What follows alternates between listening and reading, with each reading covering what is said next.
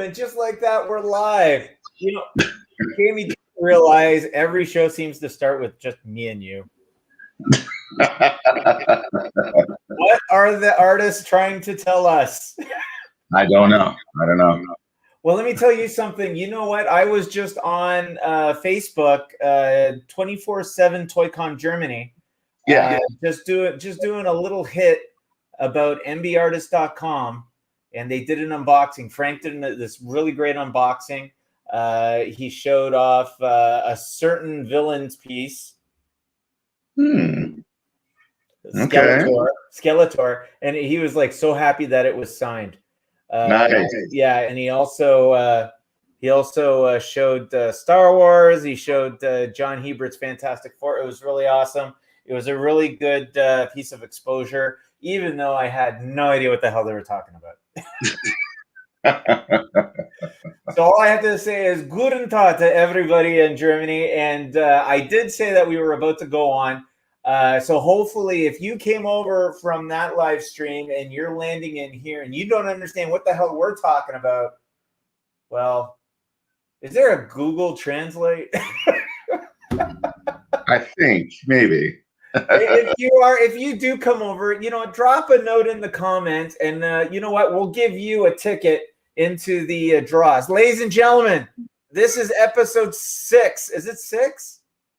6 Yeah. We've done 6 of these. I do not want to say successfully. We've done 6 of these. And already. Oh, there we go. See? There we go. This is how it goes now. We've seemed to establish the pattern. In the sitcom world, it's called a format.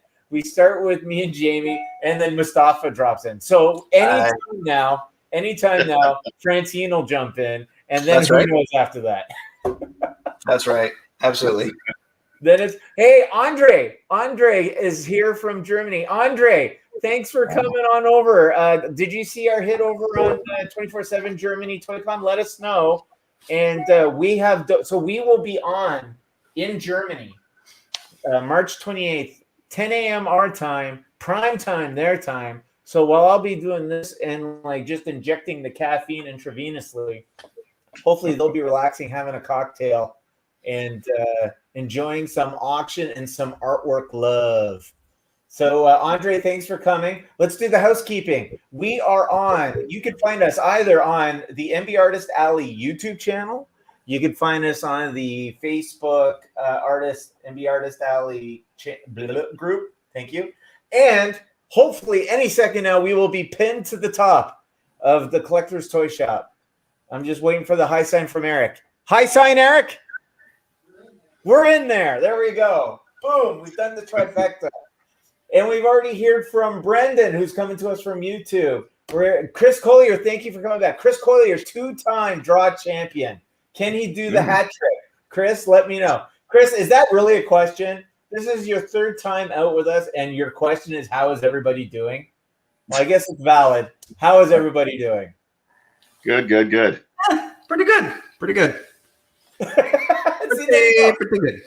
It's like talking about kids. So, how was school? Yeah. Good. The daylight savings thing, that's still screwing me up, though. What is? Yeah, the daylight savings. You guys got that up in Canada? Yeah. I don't think we're saving anything, no. Oh man, yeah, I feel robbed every day. They should call it. They should call it nighttime discount time. Yeah, they should call it. I totally forgot and woke up late Sunday time. It's all I have to say. It's a good thing that the phones have gotten to the point where they just do it themselves. Oh, okay, that's the time. Yeah, absolutely.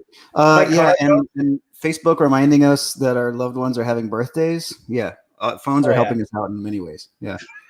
Are you kidding? It's the only reason I'm not in the doghouse on my anniversary. Oof. Well, that one's on you, man. You got to know that one. You were a part of it. I just have to hope she's not watching. Love you, honey. She doesn't know about this thing, right? No. Okay. It's a series of tubes. Yeah. If you don't tell her, I won't. Andre, if you've got a question, drop it into the comments. This is how it works, folks. If you ask us a question, we will answer, and then we will give you a ticket and drop it I like doing this for some reason, making my hand bigger than my head, into a draw, which we'll do at the end of the show. And you have to be here, and you can pick one of our featured art prints, which Eric is strategically going to flash up for us anytime now. Event. Oh, there we go. Those are our featured art prints for today. And we'll just walk through them real quick. We've got Bob McLeod's Batman 66. Oh, cool. We've got another one. There we go. We have Chad Hardin's Black Cat. Very nice. Yeah, that's very cool, eh? We've got Francine Delgado's Dazzler Roller Derby. Oh, cool. We've got Jamie Coker, Futurama. The gang's all here. What's the story on this one, my friend? It's funny we've just been doing shows and there's been a few different things people have been asked us, do you have any artwork for this? Do you have any artwork for that? And Futurama was one of the ones we kept hearing over and over again. Like, where don't you have something with Fry or like the Futurama people? And then for the longest time it was no. And then finally someone commissioned me to draw like a wrestler Fry with like the crimson mask on, holding a steel chair. With the knee pads on and the wrestling boots, and I drew him in a ring with the crowd behind him and everything. And I was like, you know what, this is pretty cool. Deathmatch Fry, I kind of like that. So it just inspired me to get a Futurama piece done finally. Very cool. All right, let's move on to the next one. We've got James C. Mulligan's Pirates of the Caribbean, Captain Jack Sparrow. Next one, Joe Rubinstein's Guardian of the Galaxy. John Hebert's Batman, Golden Age Batman, entered the Batmobile. Cool. Oh, I know this guy. Mostafa Moussa, this is your Guardians, isn't it? Not familiar. No? All right. No, yeah. What's the story on this one, my friend? So let's see. My buddy Tone Rodriguez and me, we were talking about doing a Guardians of the Galaxy piece because, just people love those guys. And I just wanted Rocket and Groot, really. And then maybe like Star-Lord in the background, some guns or something.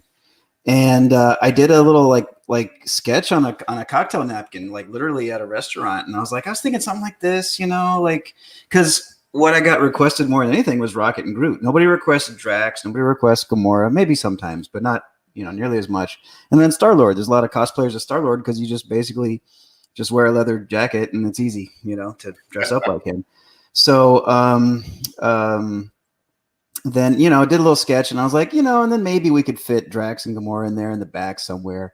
And then, we turned this out and I was like, oh man, that's a lot to do. And there was a show coming up in Seattle that had like a lot of the actors from Guardians of the Galaxy. And I was like, shoot, I need to finish this thing.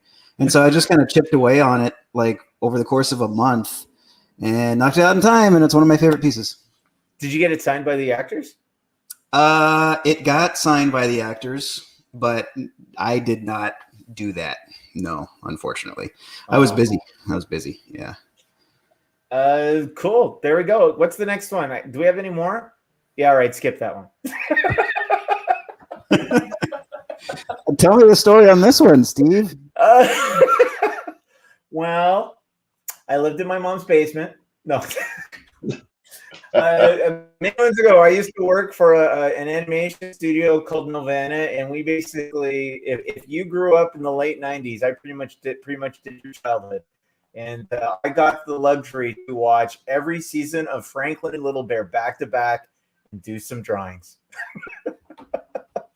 or as we called it, Prozac for kids. So this is one of my Franklins. There you go. I never watched it. I didn't grow up. Did you grow up with this, Jamie? I can't say I did. No. Yeah, this is not familiar content for me. You guys are like in your 30s, right? Sure. Oh, that's a good one. Hey, I don't know why, but sometime around 2008 and 2010, people would come up to me and they would go, you did my entire childhood. And I'm like, okay, I don't know who you are. And as long as you don't say I'm your dad after that, we're good. You have wild teen years. Well, isn't that what those years are for? Not remembering. It just occurred to me, like, what you're wearing, Jamie, with the Celtics. It's yeah, green. Yeah, I totally forgot that. Yeah. I think yeah, we I both. was going to say something about it earlier, but I was like, yeah, it's Yeah. good. Happy It's St. good. Patty's Day, everybody. As you can tell, only one of us remembered. Yeah. I don't think I Yeah, I even can't own take credit for that. I think my wife remembered a whole heck of a lot more than I did. Yeah. She was like, for the call, she was like, "You're gonna go put on your Celtic, your green jersey, right? Right? Yeah. I'm like, yeah, I'm gonna go put it on." I No, totally she's so much more on top of it than I am. Yeah. All right, guys, this is how it goes. If you see any of those featured prints that you want, there's two ways you can get them. Either you can go to MBartist.com and you can put them in your cart, and we'll give you free shipping with the promo code. Very complex, free shipping. Or, you know what? If you put claim and whichever one you want, we'll give you the toy box pricing, and away we'll go.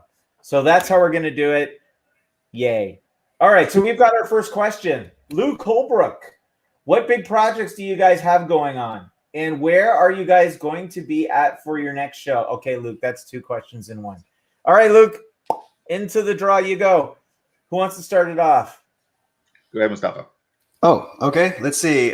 Big projects. Big is relative, but I have a few things I'm working on that I hope to share on social media at some point. It's mostly covers. There's actually a book I'm working on. Sequential art is something I don't do very much anymore, but if it's the right project and the people I'm working with are fun to work with, then I'll always be up for it. As far as shows, I actually did 3 appearances this past weekend, and it was a great time, a lot of fun. And I'm doing a show this weekend here in Houston, Gulf Coast Collectors Show, Saturday and Sunday. This will be 3 weekends in a row, won't it? Yeah, at least, yeah. Last week I got to hang out with Ray Park for a little while. I got some pictures that we took. One where he may or may not be pinching my nipple. That was fun. And he signed artwork for this one. He signed, so I should have that like hanging up somewhere behind me. And then I did a card show. The price. I'm sorry. The price of his autograph. Thank you. It was free. Yeah. Maybe he just wanted to. I don't know. Yeah, I don't know. Just leave it there. I'm sure I'll see him again. I can ask him. And then I did a comic store on Sunday, and the guy was so nice, and he gave me a couple of statues, which is fun, and a Marvel chess set. That was really cool. Wow. So yeah, great weekend. All right. Well, cool. And that's how it starts, right? Crawl, walk, run. Jamie, what big projects you got going on, and where are you going to be? All right. Let's see. This past weekend, I was in Des Moines. It was a little one-day show, but it was so busy, man. It was insane. Like, honestly, it was me and my wife. There was a couple points during the day where we felt like we needed an extra person. That's how insane it was. The villains were there, getting a lot of attention. That was really cool. A lot of villains left my custody. But that was really cool. And then we were like completely exhausted after that. So I have some catching up to do on work, but I am working on one big guy, which you know of, Steven, already, the next villain in the line.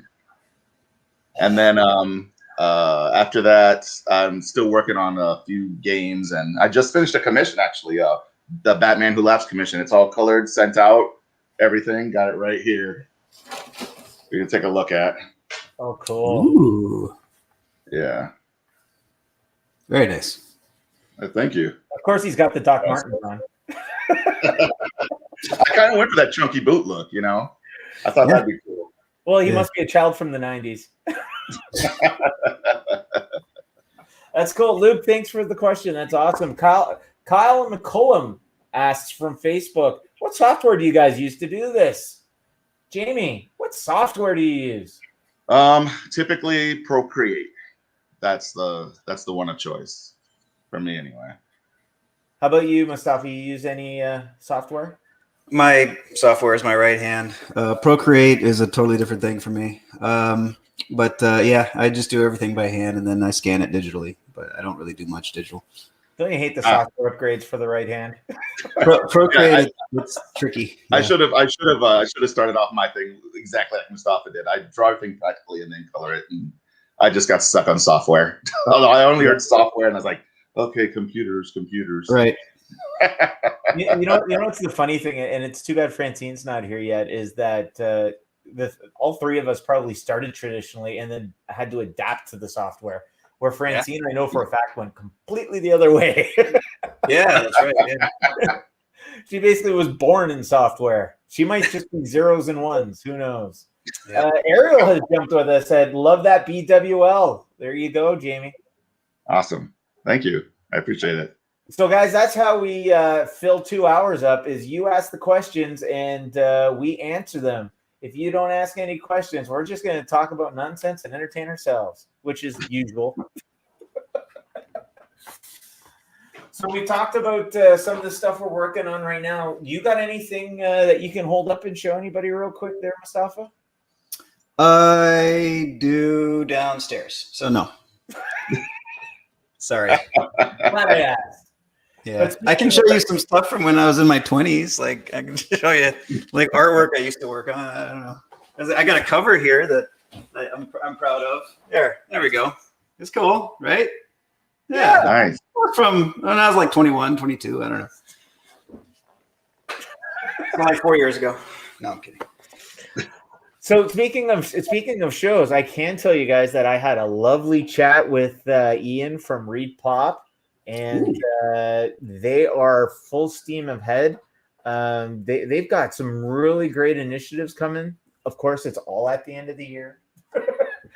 They're hedging their bets that by the time the winter rolls around again, we will all be inoculated and just itching up the walls to get to a show, which probably we are. So that's exciting news between Read Pop and Fan Expo.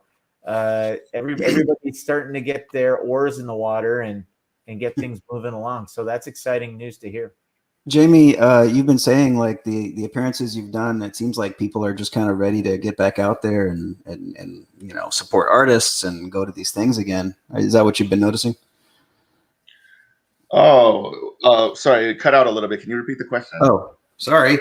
Okay, let me try that again. Okay. The appearances you've been doing, you said that it seems like people have been kind of coming out there, been hungry to go back out and support artists and stuff like that, right? Oh yeah. Yeah. Oh yeah. Yeah, I've been seeing that too here. Yeah, it's we were talking about it with the showrunner, and he's like, people right now are itching for some sense of normalcy, to get out, to do something, around people, with people. Even if it means not necessarily being right next to people, at least being in the space of something great happening. It seems, ladies and gentlemen, that we're having Wi-Fi issues across the board. I can hear Jamie fine. Is that just me, or are you having did I cut problems out? too, Eric? You're frozen. I heard you, Jamie. Are you okay? So that's just me? Maybe. I know why. Uh-oh. We can take over the show now, I think, Jamie. I think that's how it works.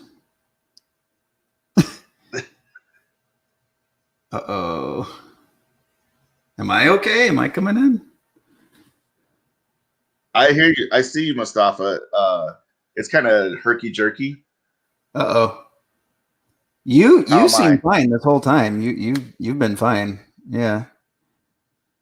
Oh, man. Well, shoot. Well, Someone just commented that they've been kicked out 5 times you're the host now, Jamie. and breaking up. I don't know. Yeah. Oh boy. So on our 6th try, that's when it starts messing up. The first 5 were fine. Oh, here he is. I'm back. Sorry. Hey. I forgot to put my Wi-Fi bill. Maybe that's it. Sorry, guys. It was like all of a sudden you guys are and I was like, all right. Well, you were getting all staticky, but Jamie was fine the whole time. No, that's okay. I paid my bill. It went through the credit card. We're back. I have one of those Wi-Fis where I have to pay by the minute. I got a little slot for quarters. All right, I'm back. What did I miss? Yeah, they're saying they're saying it was you. Oh, sounds like my wife says that all the time. Yeah. I'm used to it. All right. Chris Collier says, if you had to stick to one license for all of your subject matter, what would you pick? Oh, Chris, your first one in the bucket. Ooh. One license.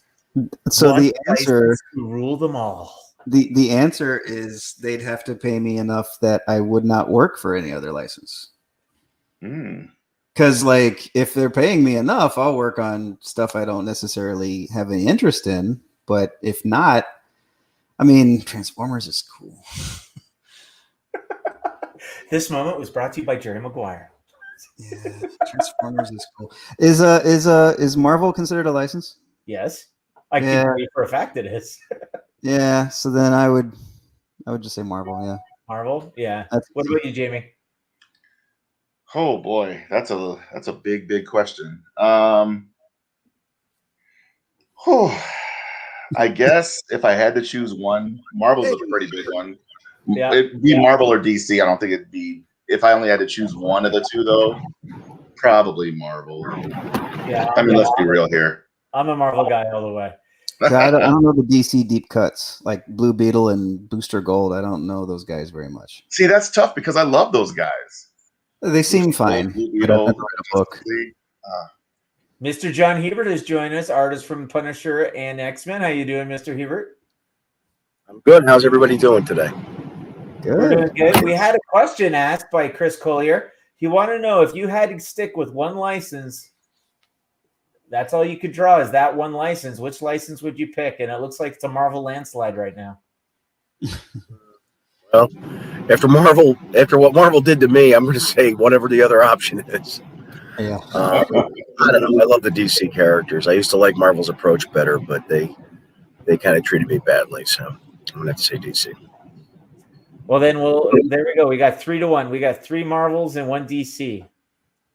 Such is life. Thanks for the question, Chris. Alex Diaz has showed up. I've been kicked out 5 times and it's breaking up. And Is he talking about his life or is he talking about the stream? That's probably me. Sorry, Alex. My bad. Dorian, I paid the bill. Alex wants to know, who would you all say is your favorite superhero and why?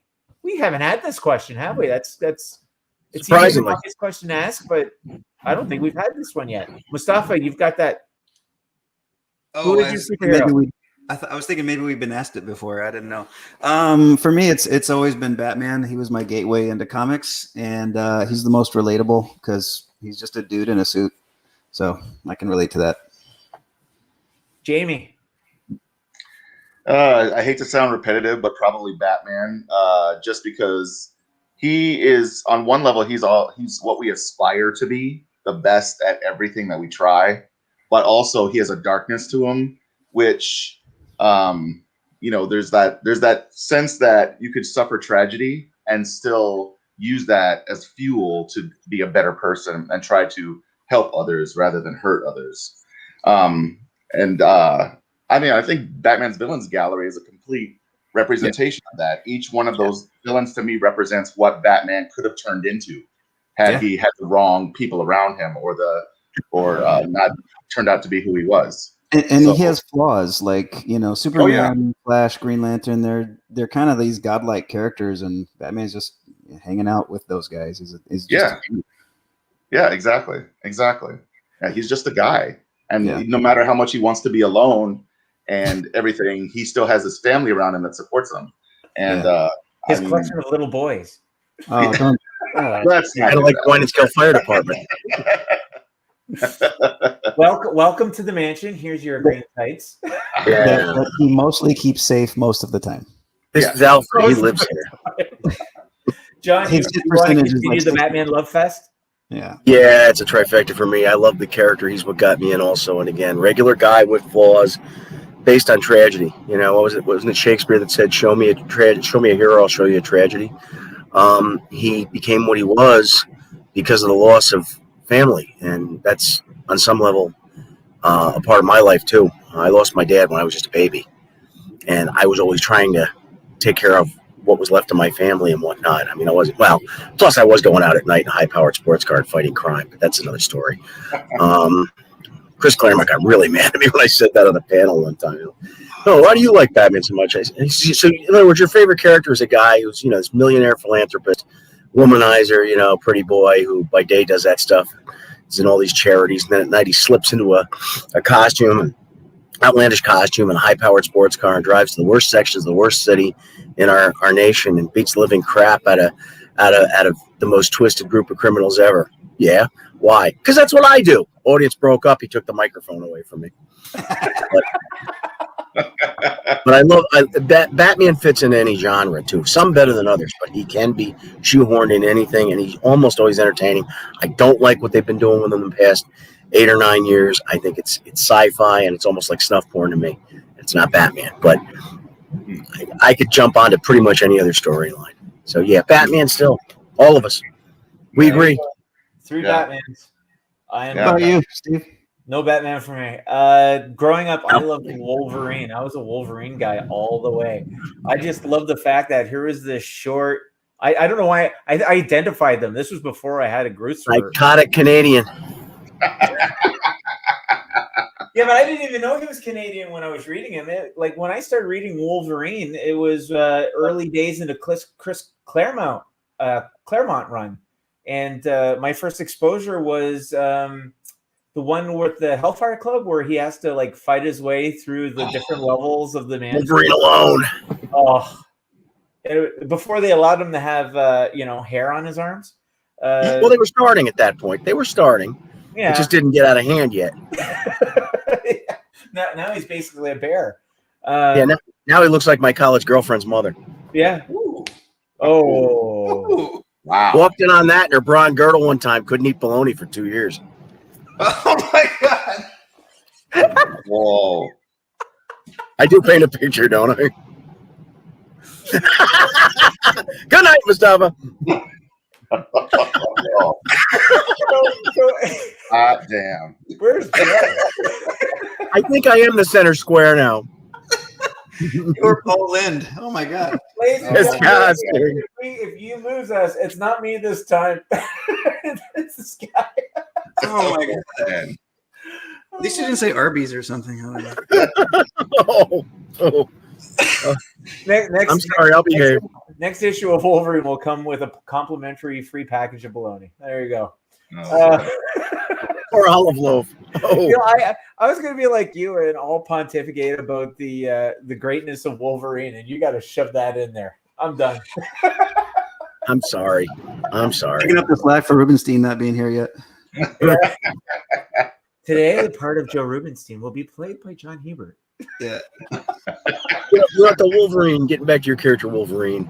He kind of fits in almost any genre also. He's another one of these they can plug into sci-fi or basically a Western or a revenge story or straight superhero. And he's got so many looks also, which Batman does. Everybody's got a different version of him. I mean, the basic suit is always there, but there's, sometimes he's got the brown and orange or the yellow and the blue, and there's a couple versions of that.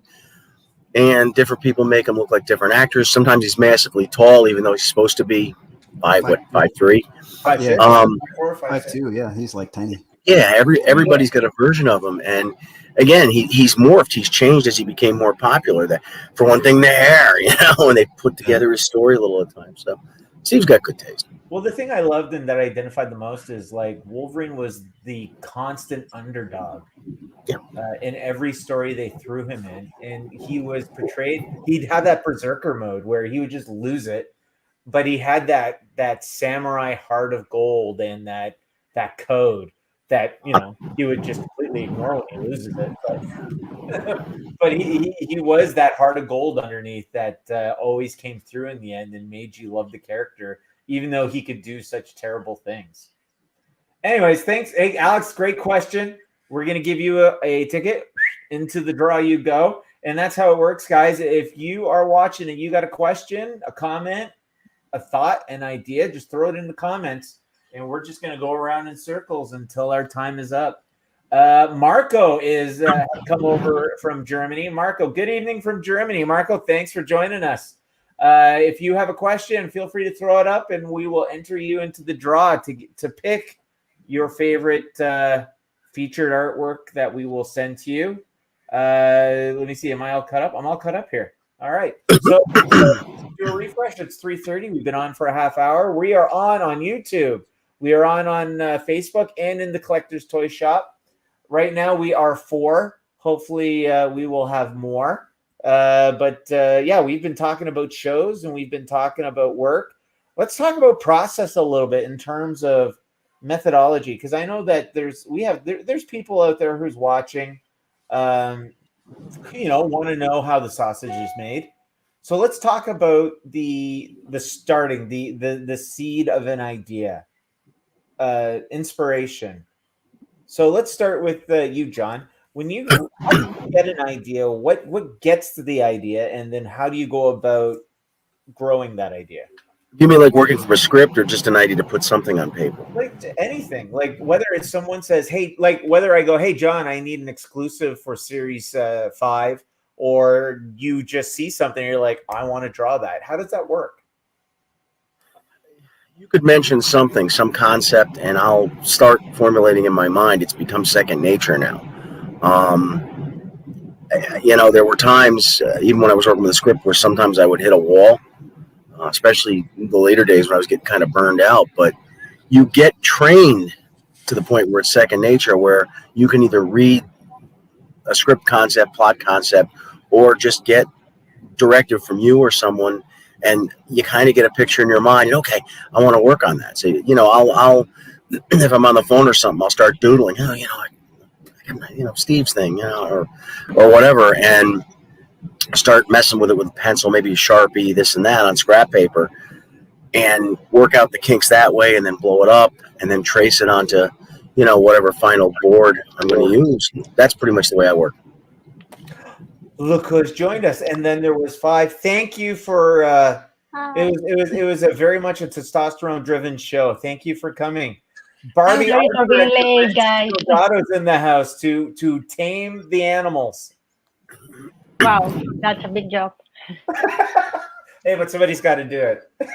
How you doing, Francine? I'm good. It has been like a crazy morning, and sorry for being late, but I'm very glad to be able to join the group today. Well, the question that I threw out to everybody, and then we'll let you answer this. We were talking about process, how the sausage is made. How do you go about getting an idea or taking a script? Like what talk about the early stages of what inspires you to do a drawing. What do you think about in a drawing? Just talk about your early stages of creativity. To me, always the hardest part is always to know what to do, like to get the idea. You were talking how to get the idea. That if I knew that, my man, that's the magic. that's what for me the hardest part, to get the idea of what to do. That being said, long time ago when I was still in Costa Rica, I found out that was the case of a lot of my friends that were professional illustrators as well. And we started a group that we call Bocetos. It was at the time when there was these groups that people put like a weekly challenge or something like that. And we started this group because we didn't have an idea of what to draw. So the group was basically, they threw a theme and everybody have a theme to work on. What I'm building up to this is because that was a problem that I had since long time ago, and sometimes still being a big part of what it takes me, like the problem that I have, like to draw something. Like I know I want to draw it, I know I have the time, but I cannot nail the idea. So to me, sometimes it's easier when I'm working in a project, and it's way more easy if I'm working with a writer that has a script, because I already read the script, I like the script, and we talk back and forward about what he wants the feeling to be, what he wants to convey. And since I have that picture more clear in my head, I start working. But just to start from scratch, is like, if they tell me like, okay, you can do whatever you want, I'm like gonna be like, oh my God, that's hard.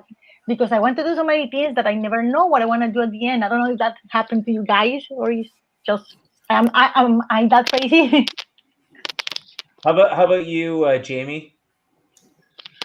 Oh, my whole thing basically is like a good example is like this past weekend when we were coming back from Des Moines. We were in the car driving back, and we always talk about stuff. We talk about the shows, we talk about whatever, and we were just shooting ideas back and forth. And that's how a lot of the stuff just happens. We just talk, or I'll be like, "Hey, what do you think about this?" And she'll come back to me with what she thinks, and sometimes we'll tweak it or whatever. I know a lot of the conversations you and I have had, Stephen, have been pretty cool, like about ideas and things like that. And sometimes it just comes to you, like for me anyway. Like I'll be sitting there watching a show, or I don't know, I'll be in the shower or something, and it'll almost be like a flash, a visual will just hit me in the head. Be like, oh my God, and then I'll be like, that's what I should draw.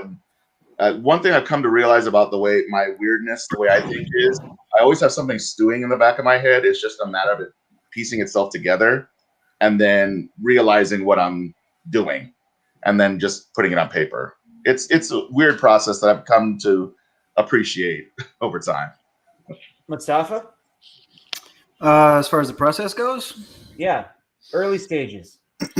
So if it's something that I'm working on myself, it's just about building up lines until you have shapes and then details and stuff like that. But if it's working with somebody else, sometimes especially if it's somebody new, I might just kind of stare at it for a few minutes and just kind of like look at it in ones and zeros and break it down like the best way to approach it. Because like you can't, it's not the same, key for every lock. You have to like approach every artist differently, every piece differently. And then if it's, working on something that I think people will like, then I just try to imagine what would be best on a cover. So like the artwork that's behind me or the Guardians piece that's featured this week, my idea was like what would look best on a cover. If I did an issue of Guardians of the Galaxy, I did an issue of Ooh, I don't know what that sound is. That's not me. An airplane went over somebody's house. Somebody's hungry or something. I don't know. Everybody looking at me. Anyway, that's my answer. I can't follow that. That's my answer. Well, actually, that spins off something in my head, which is the thought process of an inker. Do you think that it's different than a penciler? I would think primarily an inker. I would think so. Yeah. Yeah. And I will also add, it is your thought process different when you are working as an inker than when you're doing the whole thing. Mm-hmm. Yeah. Yeah, I would think so. I mean, ultimately, it's not about what I would do. It's about what they would do and what we would best be, doing together. If it's just me, I'm actually pretty loose and rough when I'm inking my pencils. But when I ink other people, I tend to just more focused lines, clean it up a little. I don't know. I was intimidated the first time I had inked somebody else. Yeah. My own, who cares, but yeah. Yeah. And if it's a case like that, I'll start with something easy, like a kneecap or a foot or something. I don't know, whatever, right? Backgrounds, and then you build up. Rob Liefeld, he ain't. I'm sorry. I said, Rob Liefeld, you ain't. Oh, well, I start with a foot or a kneecap. Yeah. but I'll do the easier stuff, and then by the time it's time to do faces and hands and stuff like that, I'm already all warmed up. I'm like, well, I've already invested this much time in it. It's just about finishing it at that point. It's not about like being intimidated or being scared. It's about just finishing it. I remember that when I was just starting, I working at this small illustration studio, and we have like the senior illustrators that draw the beautiful things, and then they have us helping with ink. And I always felt so pressured because the guy that I was trying to ink for, he was super good, and I always knew that he was just looking over my shoulder, just waiting for me to screw up his line. And like, oh my god, I was so freaking nervous. I don't know how you do it. Well, that what's more intimidating, John? What's more intimidating? Staring at a blank sheet of paper, trying to figure out what to put on it, or start transitioning from roughs to inks and hoping you don't screw up a good drawing. Both are. It's breaking through that jumping on point. That's the thing. Sometimes, especially if something's laying on your board for a while and you really want to get to it, but let's say you're finishing something else up and there's, this has got to be done. You were working on that. And this has happened a lot with stuff I've been doing with you. I've got stuff that's half finished or 3/4 finished. And, I get off to something else because that's got to be done first. And then you're staring at that page now you got to get into with inks or whatever. Oh, I put it off so long. Now I'm kind of afraid to touch it. And it's the same thing with a blank piece of paper. It's just breaking that barrier and getting moving. And sometimes, when I was working at this full time, the best blasting cap for that was just having to get it done. Oh my God, this is late. Yeah. This has got to be done, or right. I can't fiddle around anymore. I just got to go in blind and force myself. And you know what? Sometimes magic happens. And Francine, what you said about the veterans looking over your shoulder, though, I had that too. Except you know what? I realize now, in the twilight of my life, basically, because I'm a lot older than all of you. Those veterans were still learning from what they were seeing you do. They were always picking something up, no matter what. When you're a rookie or you're still learning and you're still seeing stuff, I still look at other people's work and go, wow, that's a neat thing. And it's whether it's comics or a painting or even just a sketch. Oh, I like the way he did that. When I joined art school, when I got into art school, I thought that too. I was like, wow, you know what? I'm learning as much from looking at everybody else's work as I am from the instructors, because everybody was coming from a different direction, different background, and everybody had, a lot of people had different styles and different approaches. And so, yeah, they were probably learning from you too and go, wow, she's so good. I got to swipe. Well, it didn't feel like it at the time. It felt like he's going to kill me if I school this. The last thing some people want to do is admit when they're wrong, right? Yeah, I'll still pick up like pins and techniques and stuff, like looking at somebody next to me at a show or something, be like, oh, where'd you get that from? I gotta order one of those. Yeah. Well, it's the way I feel is that the one thing I love just talking to you guys and working with you on all your pieces. When I finally find time to sit down and do my own chicken scratch, I always, it's almost like I glom little bits. Like when Jaime started doing the cross hatching, I was like, wow, that's really cool. I'm going to try to bring that over. Or when Mostafa, sorry, I'm by an airport. Now we know. It's you, Steven. It's not planes. There's lots of air traffic in Canada. Sorry. A lot of air traffic in that room. I know. The black helicopters, they're coming. They're coming. Anyways, ladies and gentlemen, if you've got any questions, please drop it into the comments. Every time we take your question, we ask it. We give you a ticket. We put it into a draw. And at the end of the show, we're giving away one of the featured prints. Ask Chris Collier. He is our 2-time reigning champion. He's already got his ticket, and he's looking for the hat trick. So wow. let's see if we can get some more people asking some questions. Brendan, I'm looking at you. Marco, I'm looking at you. Any questions? Let's go. I don't know. I was late today, so I don't know which one are the feature prints. Probably you already showed them, but I haven't seen them. Can you show them again? Let's run through the gambit, shall we? Yay. Maestro, if you will. We've got Bob McLeod's Batman 66. That's a Chris Harden's Black Cat. We've got. Oh, I think I know this one. Miss Francine Delgado, do you want to tell us the story on this lovely piece? Oh, awesome. Yeah, I really like this one. This is a part of a series that I did when I took a bunch of X-Men characters or Marvel characters, most of it X-Men. And I have them make a team for roller derby, because I think women who do roller derby are very cool.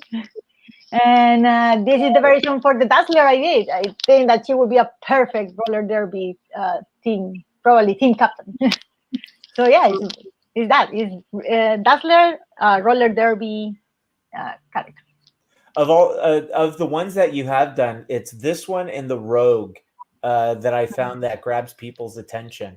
And we were just talking about grabbing things from different artists. The one thing I grabbed about you is your ability to simplify basic shapes. You don't use any cross hatching.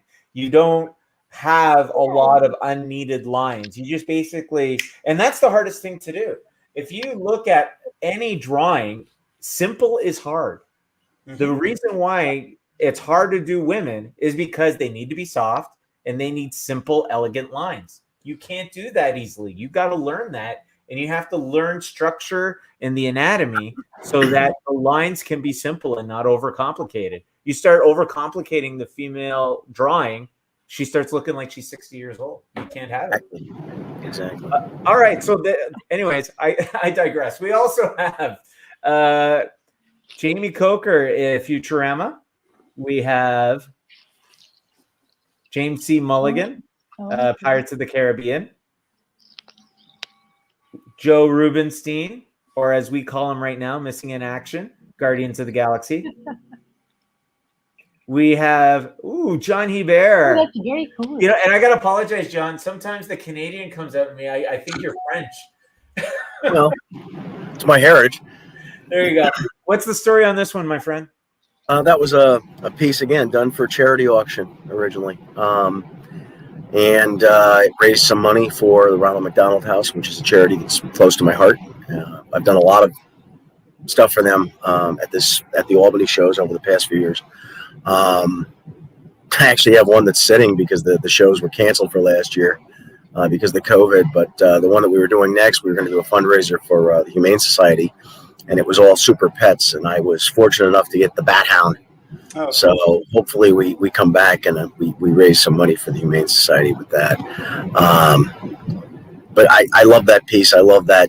I always loved that cover. I just thought, when I looked at it, the theme, the concept for that jam piece for that charity auction was like superheroes in their classic days, the originals or by the original creators. Of course, this was not a Bob Kane piece, a Dick Sprang piece. And I'd always loved that. And of course, I'm a car guy.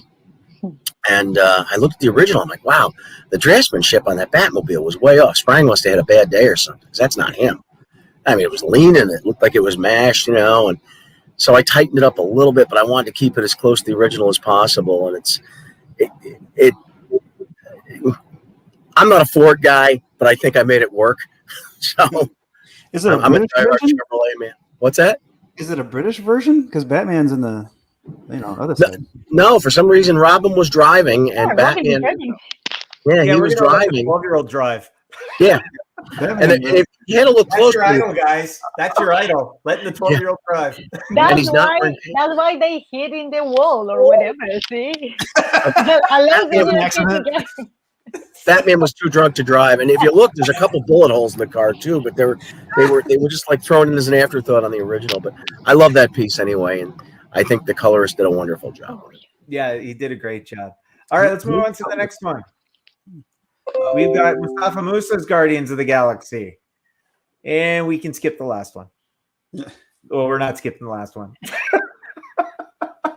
There's a Franklin. If anybody wants a Franklin for the kids. You work in that show, right, Steven? I worked on that show. I did. That's the only way you could get me. You got to pay me to do Franklin.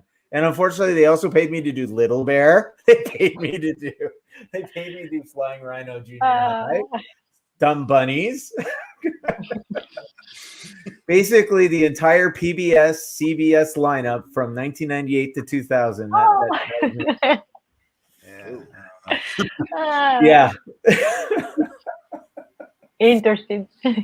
I had literally 1 month of nothing but Franklin and Little Bear. Anyway, wow. I digress. What? Give up show business? Yeah. Or you wait, Francine. You may be riding the high life right now on Barbie, but your Franklin will come. Mark my words. Hey! I already did my time. All right. No, like working in the animation industry is it's something cool and interesting because different from the comic industry. Sometimes you don't get to pick that much, like what you want, the show you want to be part of. I feel like in comics you kind of get to pick most, or maybe that's my idea, or maybe that has been my experience so far. But in animation, it's like you're working. Sometimes you're working for the studio, and you're working in one show, and then you like your studio, so they move you to another show, and you're okay. That's completely different of the show that I was doing before, but okay, and you feel like you don't have control of it. But that also teaches you to have a bigger range. So, guys, if you ask so how can you get these featured prints? 3 ways. Number 1, ask a question. You get put into the draw for a draw at the end of the show to pick one of your favorite. Number 2, you can go to MBartist.com and fill your boots with our fine art platinums and canvases, and you will get free shipping. Or 3, just put claim in whichever one you want, and the lovely Jaime will take care of you. Okay, I got to catch up here on comments. Oh, come on. I am the only one that is very excited for the free shipping thing. That's amazing. It's like, if you like the pins you saw, you get free shipping. That is like, wow. Because that's something a bigger deal for me. I don't know. Like maybe people from the States doesn't have this much, but sometimes we folks are in Canada. When we're paying shipping is like super expensive and it's bigger than maybe the product has some prices. The shipping is like, wow, but this is free shipping. So wow, go for it. I can't get excited over free shipping because I'm the one that sees the losses at the end of the month. Okay, that's why I'm getting excited. Hey, you lose money on every sale, but you make up for it in volume. Yeah, volume, please, volume. You guys still get your cut. I still got to go. Woo! Oh my God. All right, I got to catch up here. Brandon wants to say Heather is super excited about her commission. I also have one in mind too. Brandon, tell us, what were you thinking, and what style do you think you were thinking about? So I can tell you guys, Brendan, Brendan's girlfriend. Sorry, I don't know if she's your girlfriend. I think she's your wife, girlfriend, wife. Sorry. Anyways, significant other, the smarter one. Heather has commissioned Joe Rubinstein to do a Wonder Woman and Thor romantic commission. Oh, nice. Uh-oh. Yeah. Uh-oh. Yeah, the Norse and the Greek gods are. That's a crossover. I smell a lawsuit in that one. As long as it's not going to be like that Sauron guy. Inside joke, guys. Inside joke. All right. Brendan asked a question. Is anyone here familiar with Frank West from Dead Rising? Yeah, big fan. Yes. Yeah. He's kind of a sarcastic picture taker of zombies, and he's awesome. Brendan, thanks for the question. There you go. You're in the draw. Chris says the prints are fantastic. Everyone, you really should ask a question. Listen to Chris. He knows. 2-time reigning champion. Get the belt. Chris is stacking up his tickets. He goes, what DPI do you use for prints? How do you go about taking an 11x17 traditional piece and making it digital? Any tips? Who wants to take that one? Not me. My wife's my expert. Jaime, tell us your process. You take it from beginning to end. Well, I draw everything practically on Bristol board, non-photo blue pencil. Then I ink everything with archival pens and brushes for the inks. And then from there, my wife and I usually kind of talk about like how we're going to color stuff, if we want to do it digitally, traditionally. And then from there, we'll make that decision. Lately, it's been more so digital just because it's faster, cheaper. And it can get you the effects you want for the most part. From there, I'm just coloring it up. It's 300 DPI. But when we print or anything from MBartist goes all the way up to 600 DPI. And then then from there it's just printed or created or what have you and available and yada yada yada. Francine, you also take images from nuts to bolts. What's your process and feedback for Chris? Yeah, I have like two kind of different approach I take, and almost always I do my sketches on a digital way because it allows me to just do like a bunch of little thumbnails and then just like transform and copy paste until I have a composition that I wanted, and that will be slower for me to do it traditional. But I most of the time part with a digital sketch, and then when I have something that I like, I print it in a larger size, in the size that I wanted, and then I use a light table and on a Bristol board, as Jamie was saying, trace it and do the art in my traditional art. Mostly, I use like pencil brushes and ink wash and copy markers. And the other option that I do is like I the same thing is a digital pencil, and I print it on blue, non-fonto blue, and I start inking and painting and adding everything here. So this one saves me time because I don't have to trace it. But sometimes this one is funnier because I get to do everything on the paper. But yeah, those are my two approaches. Spoken like a true person from the animation industry. Mustafa, do you have anything different?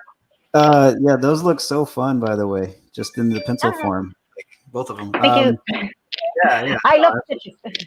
yeah, no, it's great. Yeah, I guess kind of what Jamie was saying, like, the guy's asking as far as like traditional making it digital. Just get a good scanner that can do that size, biggest size possible. Don't do it in pieces or anything like that. That's a pain in the butt. Sorry, Steve.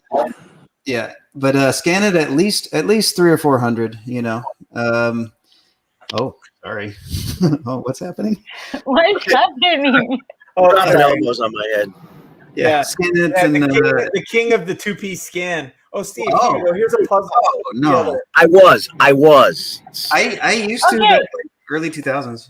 But it was very difficult before to have a larger scan. Now it's Yeah, the technology used to be way more expensive, and now it's ubiquitous. It's everywhere. yeah. So yeah, Um, now it's easier. So Yeah, get you that. can for like $200 maybe at the most. I mean, you can get a pretty good, 11x17 scanner, and use whatever program you want. I mean, I use Photoshop. You can use kind of whatever, and just make sure it's clear. And then I think that's about it. Yeah. So, Chris, I can give you brass tacks. Get 11x17 scanner. If you wanted 11x17, 300 DPI is fine. But if you're going to go grande like we do here, 40x60, it's got to be 600 DPI.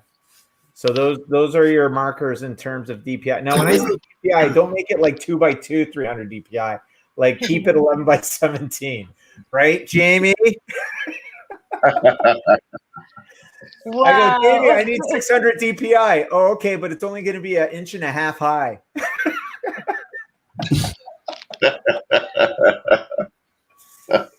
Anyways, thanks for the question, Chris. That's your second ticket. Brandon asks, is there a show or project you've ever wanted to work on and didn't get a chance yet? We get that every week. Pick a new one. Well, we pick another show. And when I just said like a TV show, I always wanted to work on a Young Justice TV show or in one of those shows that they don't bring to Canada. They just do in the States for animation. And it's like I haven't been able to work on them because I don't know here. I know. So unfair. Francine, you ever notice all the fun shows are in the States and we get all the educational crap? Yeah, if you want to learn something, go to Canada, eh?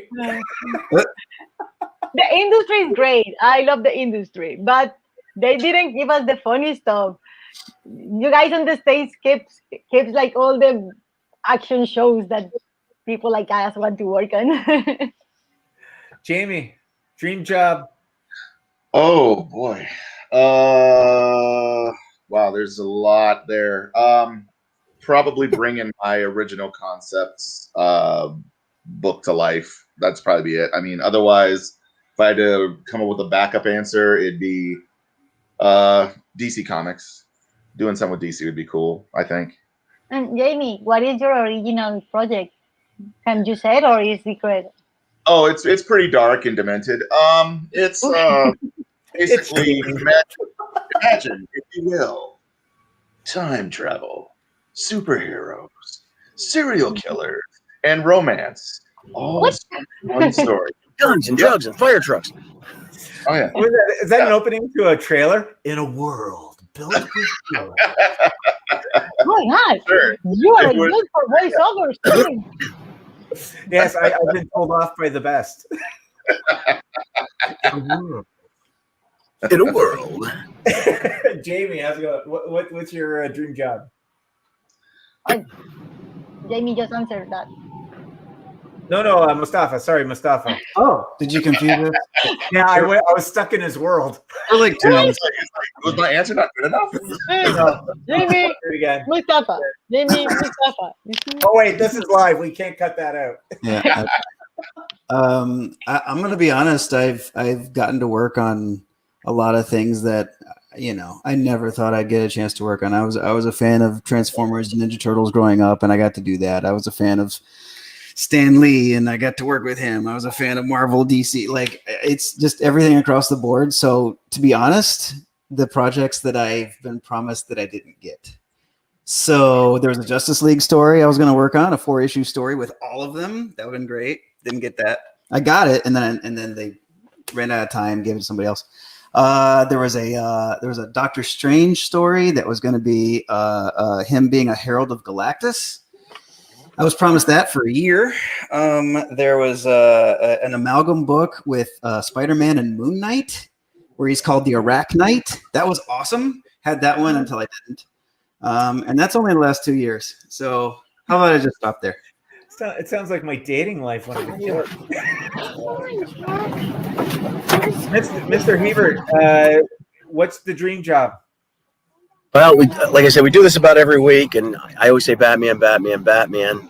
That was something I really wanted to do. I almost got to. Obviously, my career was cut short. I didn't get to do that. I'd still like to do something with that. I would love to do an adaptation of I said this before, the Richard Hornberger MASH novels, MASH and MASH Goes to Maine. And the other one, something I tried to get the rights to back when I was in college, but never could because there was no internet or anything. I would love to do an adaptation of Philip Jose Farmer's A Feast Unknown. How many of you know that? It's the dirtiest superhero novel ever written. I mean, it almost offended me. But it's basically Doc Savage versus Tarzan. And it's almost like Highlander, but X-rated. It's legendary, and it's a great story, and I would have loved to have done a comic book version of that. Cool. Look it up. Has it ever been adapted in anything other than novel form? There's a stage show where they take it around the country and do a live reading and have like slides projected behind people. Richard Corbin did an adaptation of it a long time ago, but not full comic book, just occasional. Greek chorus here. Occasional illustrations in color, and they were beautiful. Like I said, look it up. It's really pretty cool. It links Doc, and it's a lot. It's a lot like Alan Moore's Extraordinary Gentleman. All these characters are linked together in history because of it's called the Wold Newton universe. A meteor crashed in the town of Wold Newton like 200 or 300 years ago, and the descendants of all the people that lived there became extraordinary. Doc Savage and Tarzan and Jack the Ripper are all interrelated. All these came from this. The Shadow, and there's links to James Bond and Batman and all these great characters, Bulldog Drummond. But the book just basically says that Tarzan and Doc are really brothers. Their father was Jack the Ripper. And there's all this weirdness that goes on. And there was going to be a whole series, but it never they did do a sequel to each. And it was a neat little paperback book, whereas one side was the Doc Savage second part, and you flipped it over, and the other side was the Tarzan thing. It was this, and this was all done in the late 60s. So anyway, there you go. Yeah, for me, I would love to do. So you know how Kevin Smith has gotten to do a new Motu? He's on Netflix. He's basically continuing the old 1980s cartoon. Kevin Smith? Yeah, Kevin Smith. You didn't know this? No. It's coming out this year. Kevin Smith is doing a season of Masters of the Universe, which picks up immediately after the end of the original 1980s cartoon. Oh, cool. Yeah. I would like to do a revival of Silverhawks. Of what? There you go. Silverhawks. Oh. Thundercat's poor cousin. That actually never have a really ending. No, it didn't have an ending. If you watch it again, it didn't really have a beginning either. And it was a great concept. And it's got a stupendous opening, but it was like, well, there goes that budget. That happened a lot with the 80 TV shows. That the openings were amazing. That Thundercats. you put them now, you watch them now, and they still hold so Yeah. good. But Oh, yeah. then the show was like very poorly animated. Oh yeah, Yeah. look at like Beetlejuice. Oh, you want to talk about great openings? Look at Beetlejuice, Droids, Yeah, great openings. and the songs too. Like everybody knows the songs. My Pet Monster. You guys are kids. How about Hot Wheels? Did you ever see that cartoon? Bet you didn't. Hot Wheels was a cartoon. Did it have a cool opening? Yeah, of course. It was hot. I It was the late 60s, and Hot Wheels was on at like 9 or 9:30, and then right after it was Skyhawks, which was another toy tie-in, and it was the same story. There was a family, only instead of with hot rods, they had airplanes, and sometimes it was the same script. Hot Wheels. Look it up on YouTube. It's on there. The Jack All Rabbit right. special and Skyhawks is on there too. Fly with us, be a Skyhawk. I'd love to do something with that. Oh, So you guys are young. You're young. All right, we got to catch up here. We got a little sidetrack on that one. Luke. Okay, so Brandon, you get a ticket, sir. Thank you. Luke Holbrook wants to know what art piece has impressed you most. Oh, sorry, English. What art piece has most impressed you? Mostafa. Man. I mean, I've read and reread The Killing Joke like, dozens of times. The cover, like each individual, like the storytelling in it. So I can just say that, and Yeah, that can be my answer. John. I love that too. When I got to see Xeroxes of it. Also, I was seeing the original pages 2 a day. Wait. Of the Batman movie adaptation that Jerry Ordway did. Oh yeah. Somewhere I have Xeroxes of all those. However, something else that really impressed me. Roger Dean paintings. They always blow me away. And I was at a convention a few years ago. This wasn't a Roger Dean bit, but the guy had a lot of artwork and some comics, some sci-fi, whatever. He had the original painting from the movie Romancing the Stone for the poster. Oh, and it cool. was as big as our stuff. And it just blew me away. I mean, you don't even realize the work that went into that. It was absolutely gorgeous. And I love to look at paintings because I'm not that good with it. But I must have gone back and looked at that thing 20 times over that weekend. It just blew me away. So there you go. That's a good one. Francine. No, I feel like my answer sucks. No. I'm a big sucker for traditional art. So all the time that I see like originals, that blows me away. Like could be like original, like original comic pages. Even I have had the opportunity to see some old ones that when people used to put the balloons and write by hand the balloons, and that craftsmanship impressed me so. Yeah. I think I really appreciate that because I know that I wouldn't be possible to do that. Like for me, like, oh my God, my handwriting is horrible. So like all that craftsmanship is like, I get so impressed by it.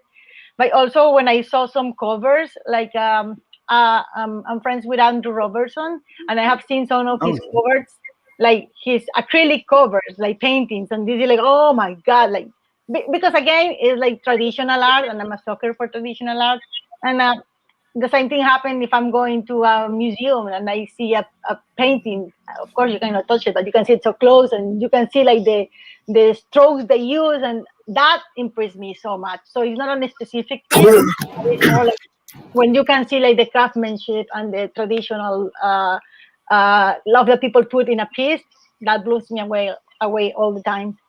That's a great answer. Yeah, I remember the first time I saw original art and how big it was. It was in a video. It was in like a VHS video. I was blown away. Yeah. Jaime. Oh man. My answer is probably a little multifaceted. When I was in college, I took art history just because I was really fascinated by the different artists throughout history. I really like the Renaissance period. Some of the paintings that were there, like, geez, man, it's so great then, so great now, and it's like anyone is like that creates an art now is just like in the shadow of how great that stuff was. I mean, it was stupendous. I think it was so good it broke artists for like a few generations afterward, you know? Yeah. Oh yeah. I mean that, and so like taking art history class, I definitely glommed towards that. And then later on, as I, you know, was like in always having this, you know, this love for comic books as well. I loved stuff from like Barry Windsor Smith, stuff from like Jim Lee, X-Men #1 sticks in my mind. Some of the McFarlane stuff. Yeah, just all over. Like even like Andy Warhol stuff was things that, you know, I really just like looked at, and it was even though it wasn't like your traditional idea of what art was, I still developed an appreciation for it. I even ended up doing like a whole report on Andy Warhol for school, and man, that thing was like pages and pages long. They put a page limit on it. I went way above it just because I fell in love with so much of his stuff. I went to college with a guy, to art school with a guy who was just obsessed with Warhol. He based his whole life on him and his works. And I mean, everything he did, he somehow adapted it into some kind of imagery that was involving Warhol. You know, handcuffs and blood spatters on paper bags because of when he was shot. And it was just, it got to be the point where, what's it going to be this week when he turns stuff in, kids? You know, but yeah. For me, when I was in college, I got lucky enough that I went through Sheridan animation at Sheridan College in the heyday of Disney and when Fox was booming and DreamWorks was just getting off the ground.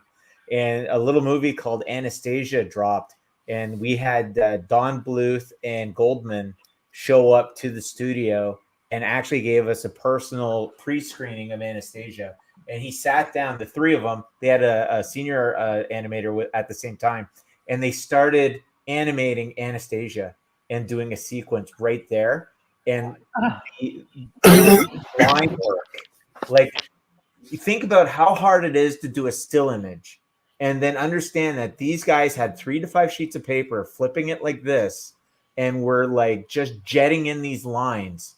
And not only effortlessly making it look effortless, but you could see the movement in the keys as they go swim back and forth with just a blue pencil. It was like a dance. It really was. The mixture of pencil, paper, and flow and how it went. It was literally like a dance, and it was beautiful, and it just captured my imagination. And it also made me have to work a lot harder. So anyways, that's a great question. Luke, in you go. Thank you very much, sir. Let's scroll down here because Luke wants to know, John, if you can tell us how much you love William Shatner. On some level, I do like him, but it was tough dealing with him on that project. You know, as I joked about last week, obviously we got a repeat viewer here. Thank you, Luke. He was a bit abrasive. And of course, I jumped on a Shatner project, the one that never made money because, you know, me. But then after that, we did. I illustrated part of Stan Lee's final written piece in this graphic novel called God Woke, and I got an award for it. This was the same company, so it led into that. So I consider it a good thing. I mean, it's still cool to have hung out with the captain. He wasn't in the best mood that day.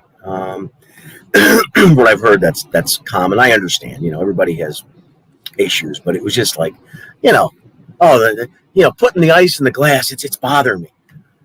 I'm pouring you a drink, you know. But you know, then it led into something bigger, the Stan Lee thing, which also didn't make us any money, but it's out there, and I got an art award for it on stage at the Copacabana. So I take that all as an adventure. All right. Frank says, hi from Germany. Long time no see. So just to let everybody know, just literally minutes before I jumped on here, I was on 24/7 ToyCon Germany and with Frank, and we are going to be doing a 2-hour auction, March 28th, 10 a.m. our time, 9 p.m. I believe their time. I get primetime Germany, and we're going to be showing the German people our best stuff. So it's going to be 2 hours of art, toys, and fun, and we're looking forward to it. But Frank has a question. Frank wants to know, how do you get inspired? How can you get inspired? Deadlines. Deadlines. You got to get it done. Got to get that check. That's all you get. Jamie, how do you get inspired? Yeah, deadlines. Yeah. The Can I steal the answer? Deadlines. Next. For me, I used to work out all the time, and I used to like go to the gym and work out for like 2-3 hours at a time, and then I don't know, just like free my mind, and then I'd be able to draw after that. Think of put something to paper. All right, so we got deadlines and manual labor. Francine. Okay, I want to say that I love the deadlines answer because it's very honest. It's not very poetic, but it's very honest. Sometimes, like, you have to do it, even if you are not inspired. But let's say that you don't have a deadline and you have all the time in the world. Then it's harder. Just live in an utopic world, and that would be harder. That would be, I guess, like you have to look for a project that you feel that it feels close to your heart, or something that you feel related to, and that can inspire you on, or also look at other people that you admire, the work that other people that you admire, and then see what else. These are more like tips of stuff that I do when I'm not inspired at all. And I need to get inspired. And then last but not least, even if you are not inspired and you need to do something, start drawing stuff. Even when you are not inspired, maybe are not going to be the best drawings you can produce, but it will help you, like, kind of warming up your brain and your head and your drawing muscles. So we got identifying into something. We've got deadlines. We got lifting heavy shit, and then we have John. It's funny. He goes from heavy shit to me. Like some baloney, Steve. Oh my God. Well, I say all the above. Heinz 57. I can get inspired. Well, obviously the deadlines and the imminent paycheck was always an important thing, but sometimes, I've led kind of an eclectic life, and I've seen a lot of weird and varied things. And sometimes, even when I was a firefighter, I would be at a scene and a piece of architecture, a piece of equipment, the way somebody moved, something would inspire me. I was like, damn, I wish I'll use that the next time wait a minute, I'm not doing stuff anymore. But going to the gym, that's always cleared my mind when I'm stuck. So there's that. Working in the yard, cutting wood, laying boards on the deck, spending time with my kids, something with my cars, or being at a car show, or watching a wrestling show, or some old movie. Inspiration just comes from anywhere, and we're all allegedly professional artists, except maybe me, but we've all trained our minds for this. We've done the time, we've earned our keep, basically earned our way, and after a while your mind becomes open to things, and you kind of program yourself, just like the way this conversation started with the layouts, how you jump into a piece. And I think sometimes part of the DNA of being an artist is you open yourself to resources from outside, and you're more open and receptive to things, and you become the filter for that, to put that on whatever medium you're working in. Bye. Bye. Everybody says bye, hon. They waited till you were done, at least. Yeah, there you go. They get your answer. And she's gone now. The kids will be back. There's nobody watching them. I love being this age and having 3 young kids. One night I decided to go to bed early, and we're watching a movie, and we heard a noise downstairs, and she goes, "What was that?" I said, "It's either a burglar or the kids." She goes, "I hope it's a burglar." Thank you very much. I'll be here all night. Try the veal. Hey, Frank, that's a great question. That gives you a ticket in the draw. Thank you very much. All right, so let's catch up here. Brandon says, John loves Shatner the same way Kevin Smith loves Bruce Willis. All right, there you go. Brandon said something about Ash and Frank West. Yes. Up above. Yeah. So that actually sounds really awesome. So Ash is the guy from Evil Dead. He's got the chainsaw, right? Right. And Frank West, he uses chainsaws on zombies. So like that actually sounds awesome, Brendan. Yeah. Brendan, did you hear that? You got one of the artists inspired So I actually did a commission mashup of Ash from Evil Dead and Winter Soldier because they were both at a show I was doing. Right. So it's Winter Soldier, but with the chainsaw arm, and it got signed by both actors. You know, Sebastian Stan and Bruce Campbell. Yeah, Bruce Campbell. Yeah. So yeah, it's cool. I wish I could have kept it, but it wasn't mine anymore. That would be cool. Yeah. Frank has a follow-up. Is there a special place for your inspiration? John says his heart. I don't know what that means. The GMC dealership that inspires. No, like there are people that says that they love to work at the beach because they get inspired. Oh. So I guess it's that. Head. I didn't know what that meant. Okay. Yeah, like do you have like a place you like to go to draw? Like where do you like to draw? Anybody? I have my little studio that I love, and of course now we're going to be moving it. But I like to be able to go in there and shut the door because for a lot of years I just worked out of my family room and never had a door to close. You know, and it's nice to be in there with my music, my DVD, all my stuff, my Jim Cornette podcasts, you know, all that stuff, and it just. But I can look out the window on the pool. With all of us is we have our little spots. And it's not that the where, it's the solid, not the solidarity, but the silence, the ability to be able to be alone with your thoughts and have whatever vice you need to kind of tap into that left side of your brain and get that groove going. Because you never know when it's going to come, right? Because sometimes you'll start drawing and you'll be like, that sucks, that sucks, that sucks. And before you know it, you've got more lines from the eraser down to the nib then you actually have anything that's working for you. But when you hit that groove, you're off to the races. And sometimes it could be a song. Sometimes it's a movie in the background.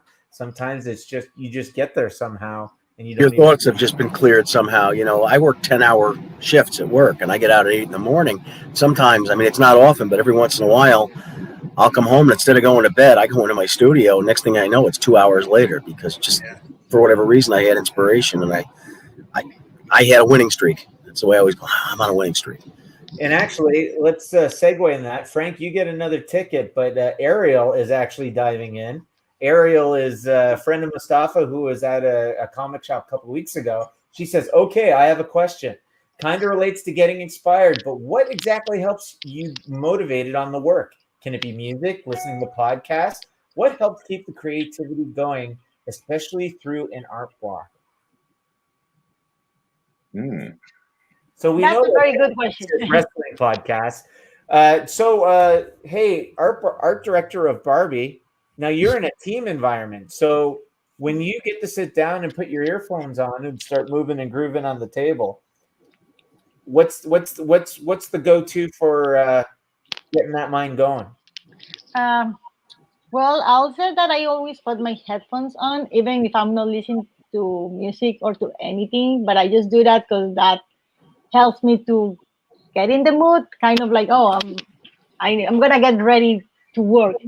So this is kind of part of which helps me to put in my mental place. And if I always said I need like some kind of background noise, but if maybe I can put it on Netflix on a show that I already watched or something. So I need the blah blah blah music or whatever going on there while I'm working. Except when I'm drawing, but if I need to do like, I don't know, revisions or something less artistic, I just need quiet. But when it's like an art, like I need to draw, I need to get in the zone, let's put on my headphones and put some noise. Don't necessarily needs to be music or podcast. Or a podcast, the problem is that if I get too interested in what I'm listening, I just don't want to do anything. I just want to get interested in what I'm listening. So I need probably the best option for me is a TV show that I already watched. So I just know what is going to happen, but I hear people talking there. And I think that's because I for a long time, I've worked on studios. So I am used to the noise of people. Mm-hmm. Yeah. So if I'm now, because of COVID, we're like everybody is on their houses. And if I'm alone in my house or if I'm just in my house and there is not that noise, I miss it. It's so weird to miss noise, but I miss the people talking. What about you, John?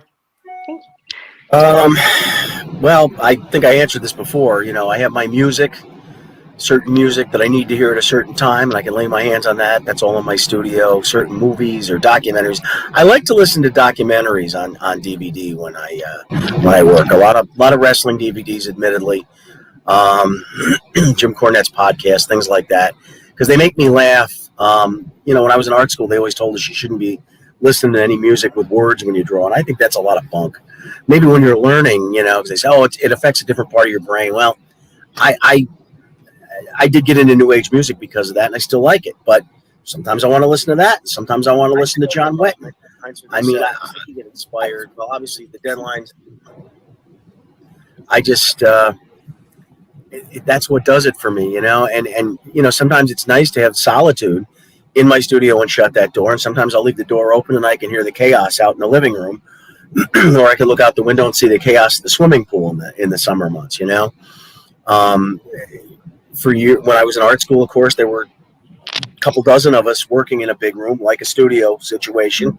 And it was really cool because, again, you learned a lot from the other people as well as your instructors. And there were always ideas flying around. There was chatter, you know, and some comedy, some comments, some exchange of ideas. And, you know, now I'm kind of by myself working at that.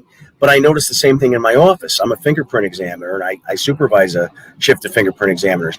And there's always chatter going back and forth. It's very creative. And I always, you know, I go back to the scenes in the operating room on MASH where people are just bullshitting back and forth. And that works. That really does exist.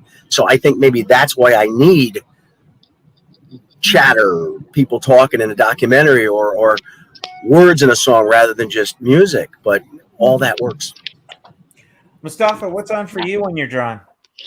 So when I was starting, there wasn't like internet streaming, all of that stuff. So I would get like a disc changer and just put all my favorite music, you know, and just have it play back to back to back. So I didn't have to get up every hour and change out the disc, you know. And then, once MP3s came along, I was like, oh, I can discover every music ever made, every song. So I was doing that. And lately, also like, you know, I'm a sports fan, so like I'll save up basketball games or baseball games and I'll play those in the background. And you can just knock out like a 3-hour block of work for every game usually, you know. And then with sports not going on last year so much, I had to just kind of go back into podcasts and things like that. Because like you can look for something on Netflix or whatever, but then like after an hour you got to find something else, and it's breaking up your routine. But if you just like have a bunch of, you know, podcasts or music, you can literally like listen uninterrupted and just kind of focus.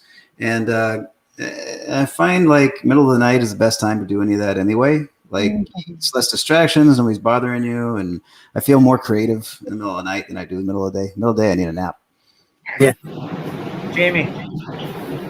Oh man, I'm 1,000% with you about the whole nighttime drawing thing. I mean, it feels like home to me. You know, during the day feels awkward for some reason, but the best answer for me is I used to listen to a lot of true crime or watch a lot of true crime stuff, like YouTube, BuzzFeed Unsolved, and that chapter and all that. But I found that lately, what really gets me going is just like comedy, just laughing. You know, like little something you'll be drawing or something, you hear something funny, it'll make you laugh, and for whatever reason, that works for me. Like I'll put on YouTube, I'll watch Your Mom's House with Tom Segura, or I'll watch stand up with like Gaffigan or Chappelle or Stand up is Bill great. or whoever, you know, and they just get me, you know. It's just like, okay, I feel that rumbling of laughter coming up while I'm, you know, drawing some of the most evil stuff ever. But it works for me, and I appreciate their commitment to making me laugh. Used to be great drawing to Sam Kinison back in the day. Oh man. I love that. I love the idea of watching the stand-up. Great answer, Jamie. I love that because it also happened to me, and I love when you're working and listen to something and it cracks you up and makes you laugh. It's like you can be drawing something good or whatever, but it just gets you in a very happy mood. Like it's so fun. So that's a great answer. Yeah. Ariel, thanks for the question. There goes your ticket into the draw. We have Connie Leon from Facebook. She says, I was typing too fast. LOL. Why do comic books matter to you? Mostafa, why do comic books matter to you? Why did they? They don't. Oh, all right. So I'm sure there's like a jokey answer, and then there's like a real answer. Comic books matter to me because it paid for my house and car. But real answer is so like, okay, the best works of fiction, prose, right, it's just lines, it's just words, right? And the best works of art are just still images. And comic books are the only thing that do both, right? You can have amazing like words tied to amazing artwork, and it's the gutters in between that makes the ideas in your head form. That is something nothing else can do but comic books. Jaime. Comic books to me are just continuing their tradition of storytelling. It's our modern mythology. It's the story of our heroes. It's also morality tales. It's Versus evil. It's everything. Like you remember the feeling you had with like when I think about the first time I picked up a comic book when I was a kid, I was marveling, pardon the pun, with what I was seeing. I couldn't believe it. I was like, wow, what is this? And I mean, it was a tiny little DC Comics reprint of a bunch of different stories put together, like with Captain Boomerang and Aquaman and things like that. It was a small little book, but I've never seen anything like it. And just to know that it's been so impactful on my life so many years later, I mean, it really speaks to the power of comics, I think. It's a medium that if it ever does go away, I think we'll truly have lost something that is irreplaceable. Francine. I love both answers because they are great, but also to me, in a personal way, they matter because it allows me, as an individual, as Francine Delgado, to tell a story if I want. I don't need a full team behind me to tell a story. If I want to do a short film, for example, if I want to do a comic, I can do it by myself. I could sit, take my time, and tell the story that I want and put it to the world so they can read it. So I think what they matter to me is because in the same way that allows me to tell my story, allows other artists and other creators to tell their story. John. Everything everybody said. Modern mythology, the great storytelling. Good guys and bad guys. Morality inspired me because I was a little kid who grew up without a dad, didn't really have a positive male figure in his life, and I discovered Batman. And as twisted as he is, he was a positive male figure. He did good things. He made things right. And as I dove into the reprints, much like Jaime did, there were all these characters that were just they were going out and trying to do good. And they were saving people's lives and whatnot. And a lot of the reprints were like World War II stuff. And these characters were helping to overcome the greatest evil that our world has ever known. And that may sound corny, but I really believe that. And years later, when I became a firefighter, I used to say, I gave a speech one time, and I said how, I used to do comic books, and it's all these people, slipping in this incredible gear and these powerful vehicles and going out and stopping chaos. And I said, and I looked at everybody in the room, I said, look at each other. You've all done that. And everybody in the room choked up when I said that. But it's on paper. And comics may go away, but they'll never go away. You know why? Because even if they stop publishing, we would still have that. It's not just in the internet. It's physical. And that was a nice thing, too. It was like you could go back 100, 1,000 times and pick up that book and have that same silent movie to relive again. And if you were reliving it when you were 17 and you first read it when you were 7, you were probably getting maybe some of the same rush, but maybe you were discovering something else also. Because art is speculative. Comic books will never go away for the same reason cavemen drew on walls and the I drew on walls in high school. I drew on walls today. I just did downstairs. I mean, Right from the good answer to the bad, right? Such a caveman. Growing up in You the never saw my friend Curtis. Growing up the 80s, we only got to see Star Wars or Indiana Jones or anything of fantasy if we got to go to the theater. And that was a treat at best. TV, you got to watch Saturday morning cartoons, and then you had the 8 o'clock time slot to watch that. Any other time, comic books were the only gateway to revisit your favorite characters. Right. And There was no cartoon channel or anything. Yeah. no, there wasn't. There was no YouTube. There was no Netflix.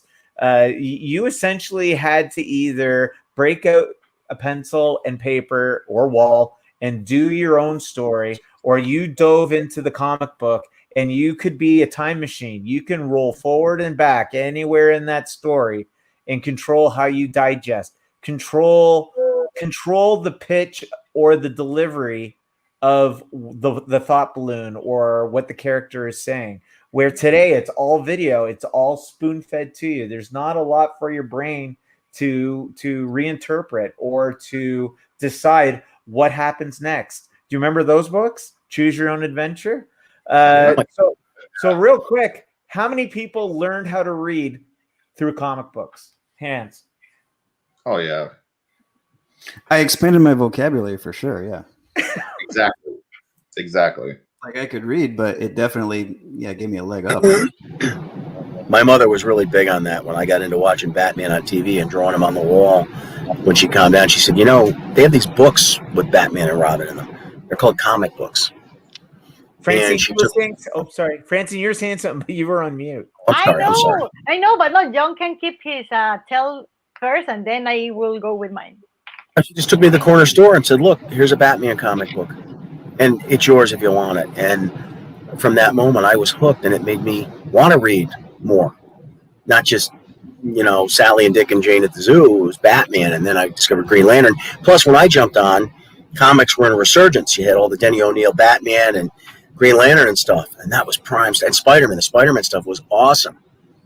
And by the time I got to 4th grade, I had a college graduate reading level because of that, and because of my mom. Because my mom wanted me to. She always said reading opens doorways.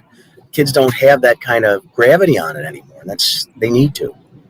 Connie says, and then we'll get to you, Frank. Connie says, thanks, everyone. Great answers. You just made her day. She's 9 and loves comics and drawing. And Jamie, she said Aquaman is her favorite. So, hey, Connie, I don't know what your 9-year-old's name is, but you tell her, you keep watching, and you tell her to keep asking those questions. And we will be more than happy to fill in the blanks for her. And we're glad we got to make her day. And we hope her day is a great one. Oh, that's awesome. Francine. I was going to say that when I first started buying comics, I already knew how to read because I wasn't in elementary anymore, but I didn't know how to read English.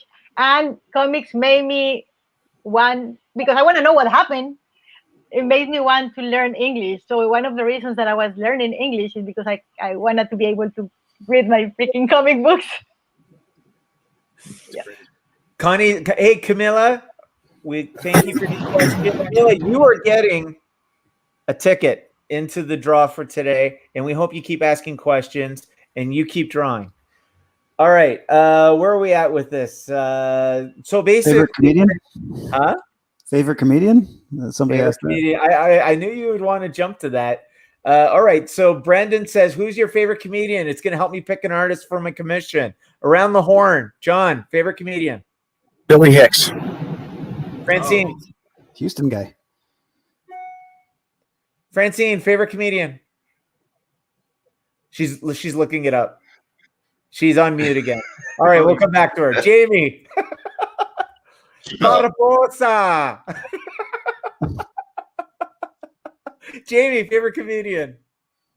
Chappelle. Oh, he's awesome. I love Chappelle. Mustafa. Chappelle is good. I saw him a couple times actually, I think. He Killing Him Softly is my favorite stand-up special of all time. That was from 2000, right before he really kind of took off. Mulaney's good for right now, but my all-time favorite is George Carlin. Yeah. Okay. George Carlin. He's the man. I'm a big stand-up comedy fan.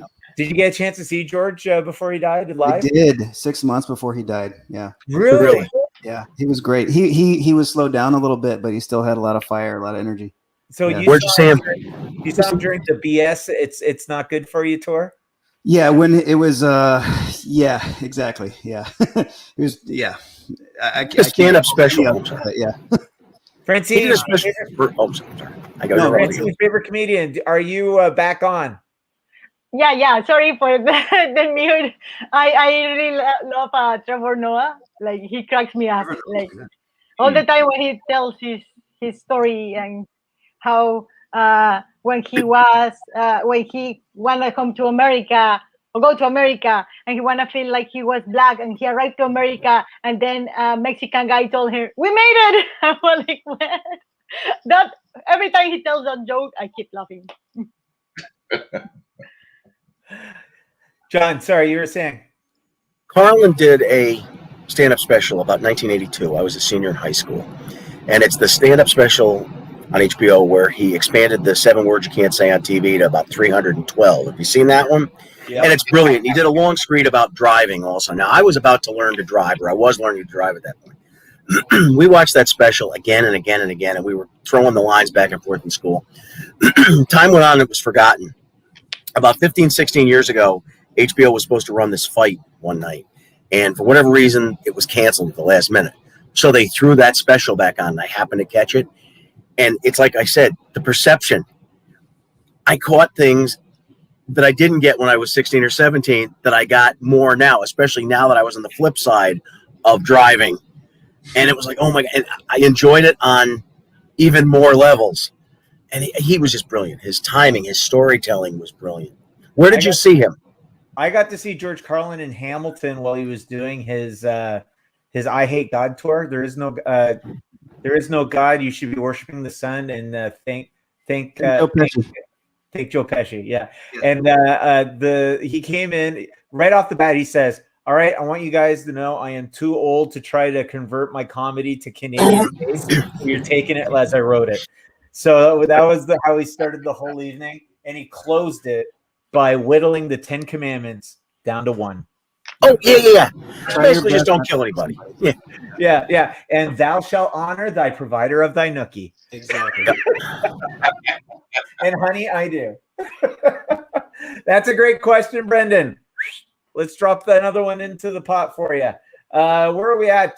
Frank has another question. You all got different styles. Have you ever painted yourself or your family in that way, in your style? Has anybody here ever done a self-portrait or a family portrait?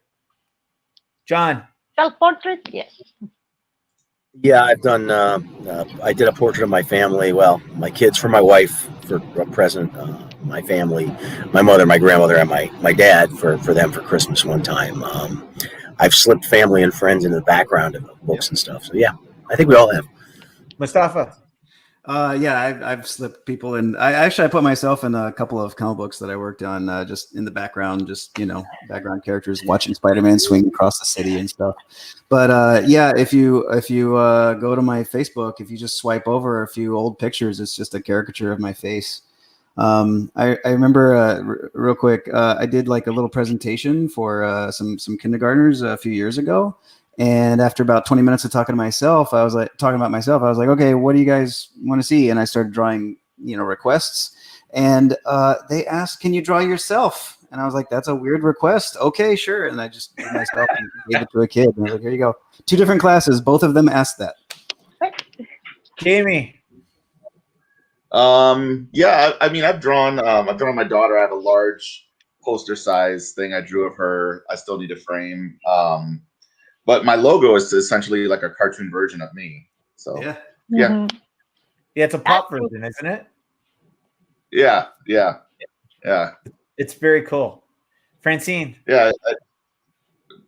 I'm sorry. Yeah, Jamie's logo is very cool. Yeah. Like I draw myself all the time. That's me. That's great. I don't know. And then I learned very early when I was drawing that I cannot draw my family because my mom hated all the time. It's like she hates cartoons and she's like, I'm not like that. You're drawing me ugly. And my sisters always hated as well. So I better. Oh, yeah. I learned them. I learned my lesson with that. That's me. There you Only go. at 21. Sorry, Jamie, I didn't mean to cut you off. You want to finish your thought? Oh, no. I can't remember what I was going to say now. All right. I'm sure. Can I just show something quickly? Sure. This is not a portrait of me, but a couple weeks ago, my longtime best friend, who I've been estranged from for a long time, passed away, and there's no closure that's ever going to be. But we're going to have his family basically disowned him. We're going to have a memorial for him sometime in April. So I did this so that everybody will have some. Oh crap! So everybody will have something to kind of take home. I don't know if you can. Let's see there. Oh, there we go. Cool. And I were very tight for a lot of years, and so. I'm It's not sorry. me. I'm sorry you're lost. Sorry for your loss, John. That's Like I said, we hadn't talked in a long time. We'd had a falling out, but he was on my mind a lot, you know. so. I forget who asked that question. Oh, Frank, there you go, Frank. Good question. We're going to drop another one. So we've got 15 minutes left. In 5 minutes, we're going to do the draw. So let's do a quick refresh of the available feature prints. So when we do draw a name, you'll have one to pick. Let's rifle through them real quick. We've got Bob McLeod's Batman 66. We've got Chad Harden's. Who the hell is that again? Not Catwoman. Black Cat. Thank you. Cat. Next. We've got Francine's Dazzler. We've got Jamie's Futurama. We've got James C. Mulligan's Pirates of the Caribbean. We've got Joe Rubinstein's Guardians of the Galaxy. We've got John Hebert's Golden Age Batman. We've got Mostafa Moussa's Guardians of the Galaxy. We got double Guardians this week. Double Batman too. Double Batman, and we're ending it off the closer, Franklin the Turtle. Franklin. Here comes Franklin.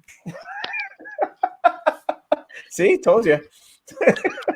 Yep, you know it. Those are the featured prints, guys. So there's 3 ways you can get a print. Number 1, you win one at the end of the show. Number 2, you can put claim whatever print, and the lovely Jamie will help you. Number 3, you go to MBartist.com. You fill your boots, and on the checkout, you use the very complicated promo code free shipping, and you will get exactly that on your way out the door. All right, guys. We got 4 minutes till the draw, so we're going to do some catch up on the questions, and then everybody will get their ticket. Brendan wants to know, what's your opinion of the best comic adaptation to big screen? Something other than MCU. Francine? Best comic adaptation to big screen. I really like. Transformers. I really like. I think I said this before. I like Blade, the vampire guy.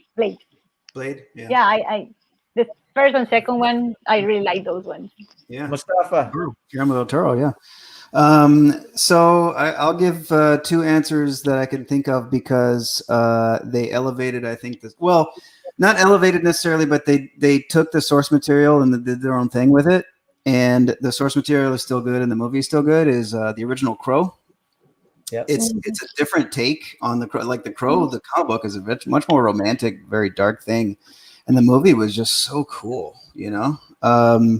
And Kick-Ass. If you read the comic book, it's good.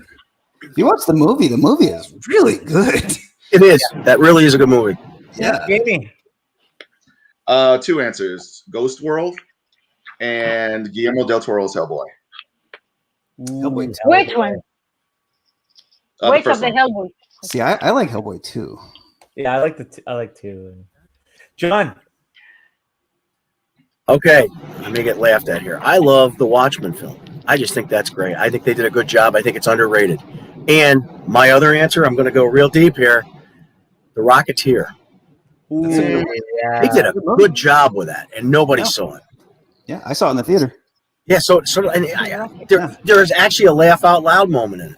And that to me is something. If a movie can make me laugh out loud, especially when it's not supposed to be just some screwball comedy, I mean, it's just a good movie. It's a good look. It feels good. It moves well. I mean, it's got a dirigible, and I'm a sucker for dirigibles. You know, I just think they're cool. I for myself, I got a modern and a classic. My modern is the Umbrella Academy. Love the Umbrella Academy. I saw the Umbrella Academy on the Netflix. I looped it right around 2 times, and then I went out and bought every issue I could. But Number that's not a movie, technicalities. Well, it is if you watch it, if you sit down and just cram them all Yeah. out. I was I'm just calling being it a pain. movie. It was I was just during being a a pain in your pandemic. butt because you're always being other people's pains in the butt. So somebody has to do it to you. It's during a pandemic, Francine. Number 2, I'm going classic because nobody said it. Richard Donner, Superman. Oh yeah. Oh, that's good. Oh yeah. That's good. Yeah. Excellent movie. See a man. Nothing. I was very young back then. I was like 4, and I remember that poster because I always watched the Fleischer cartoons, Yeah. and the poster says, "Watch a man fly." You will Believe a man can fly. Yes. Yeah. Even better. Also, one pull up off of his chest and throw it at the bad guys. Yeah. Yes.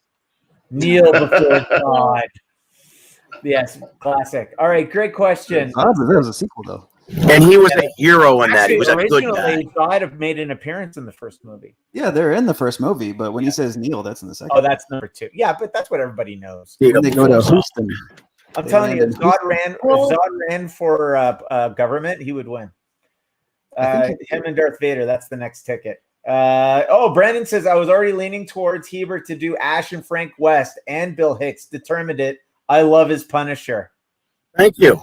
There you go. Let's see. What else we got here? Well, beautiful people from MBRT. Sorry, I need to go.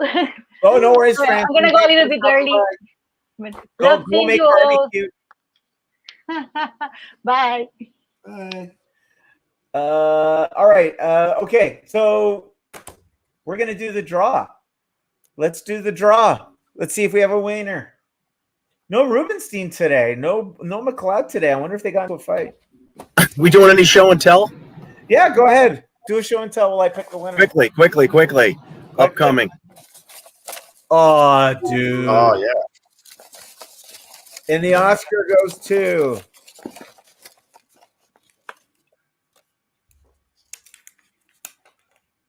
Frank Scalick.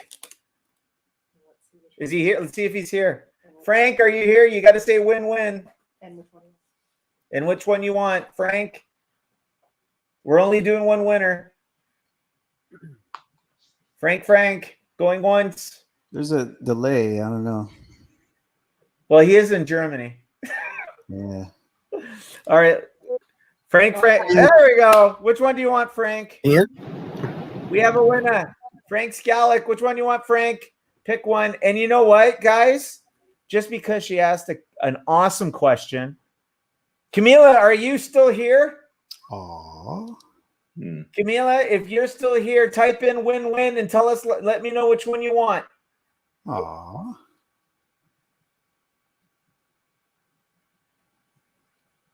Frank, let me know which one you want. Oh, Camila. Oh, no. I hope it wasn't her bedtime. All right. Frank, let me know which one you want. And the lovely Jamie will get, you already know. For those of you who don't know, Frank is a regular over at our toy box.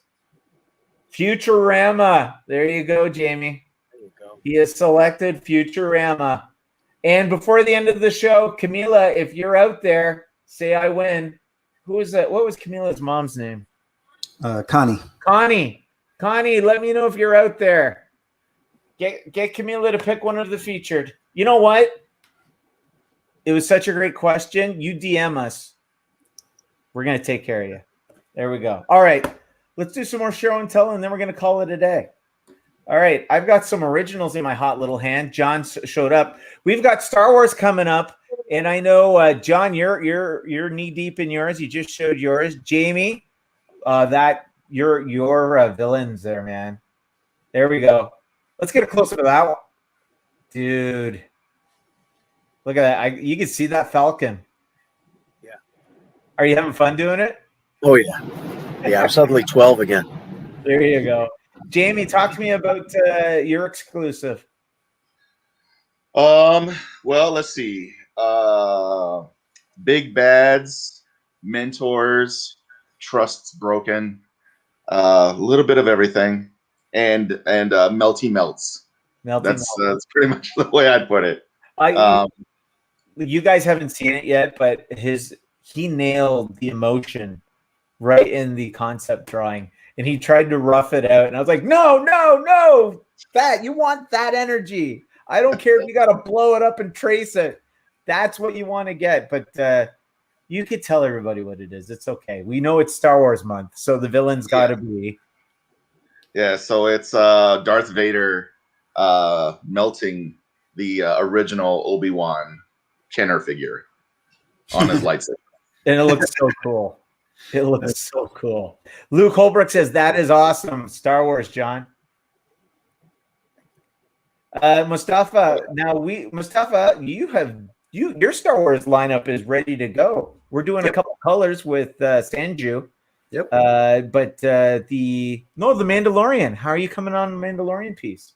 Yeah, still tweaking a little bit here and there. But I know I'm late to the party with having Mando, and I'm still gonna call him Baby Yoda art.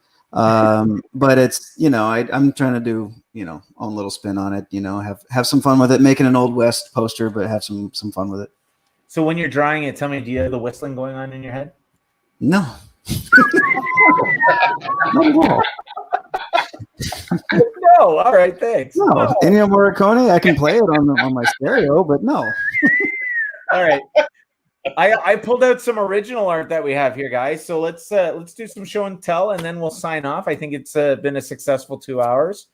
Even more so that Rubinstein's not here. All right, look, we got original art, and guys, everything I'm showing you is available. Just DM me for pricing.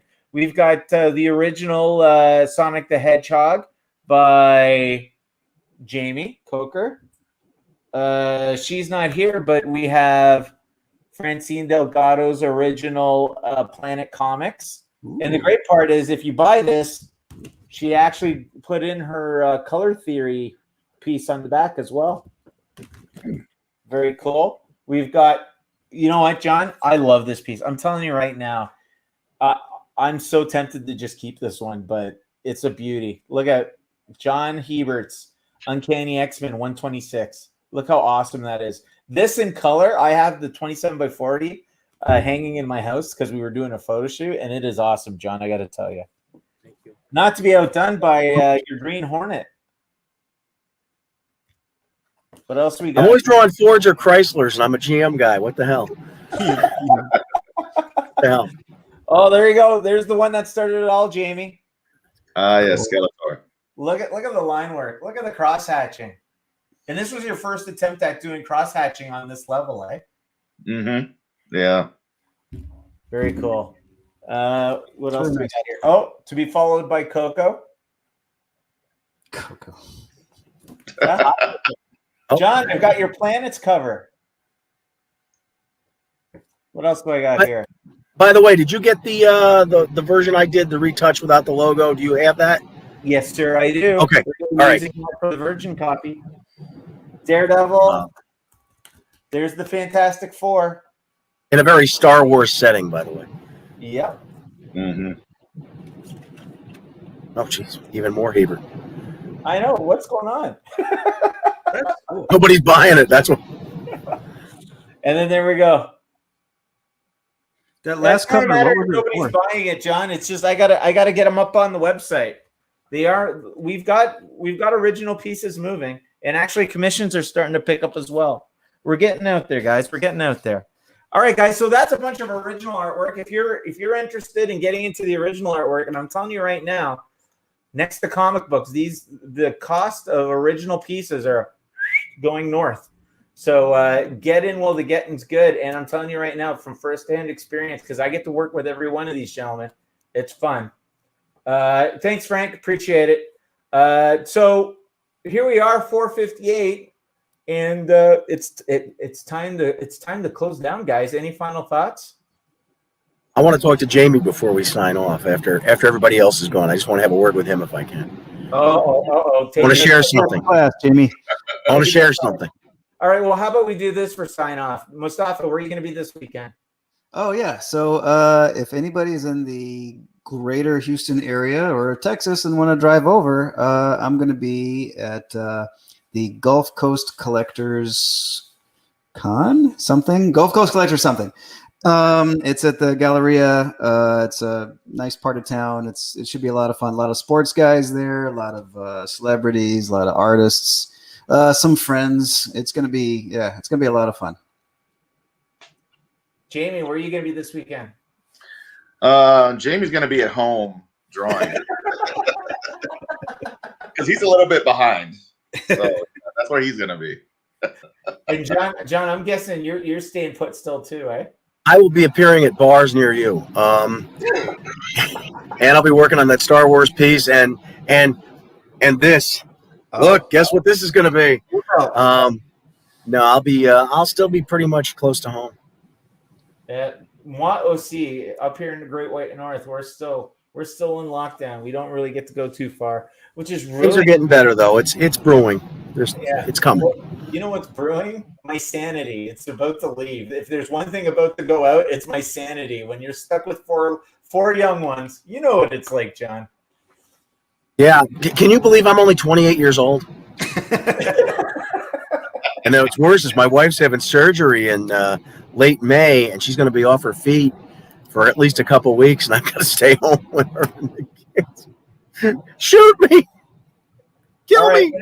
And on that note, guys, it's 5:00. It's time to sign off. On behalf of Jaime Coker, Mostafa Moussa, John Hebert, Francine Delgado, who was here earlier, thanks for joining us, and we'll see you next week, Wednesday, 3:00 Eastern Standard Time, noon if you're on the other side of the world. All right, guys. Have a good night.